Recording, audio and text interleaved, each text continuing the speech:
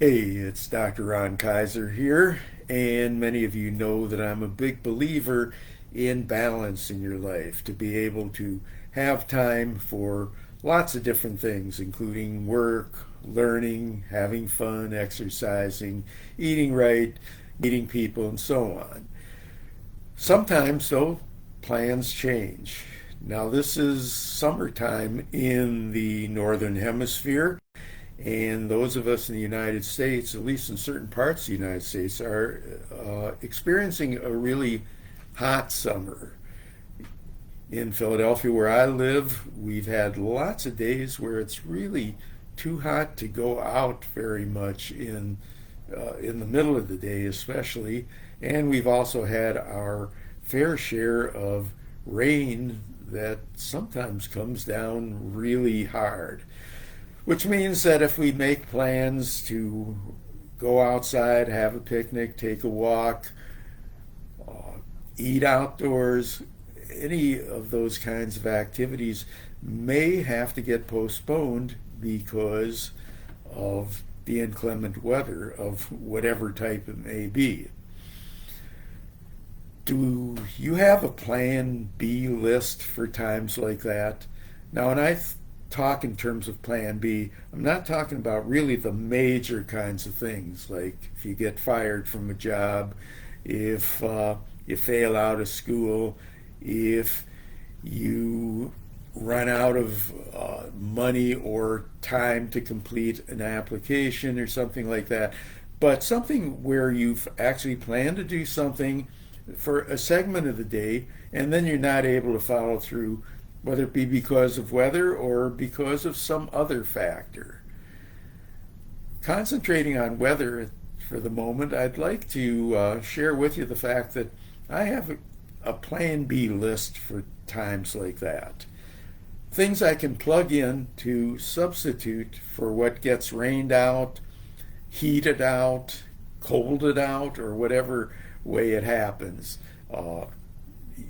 When those situations occur, I try and look at an alternative for what I had planned to do. So if I am unable to take a walk or go to the gym because it's just raining too hard and it makes it unpleasant to do so, I have cables and bands and things that I can exercise with at home. If I can't get to a concert, to an outdoor concert that I'd planned to get to, I try and think in terms of what music is there that I meant to listen to that I haven't gotten to, what performances on TV, what books might fill that cultural void for that plan B.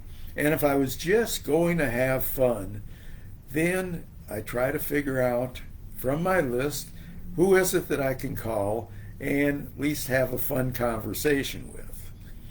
So, I think that it's very important that when something gets weathered out in whatever way, or we are disappointed in some other manner, that we not default to inactivity, that we not say, okay, it's raining, so I've got nothing to do but just to sit around, or maybe sit around and watch something on TV that I don't really care about.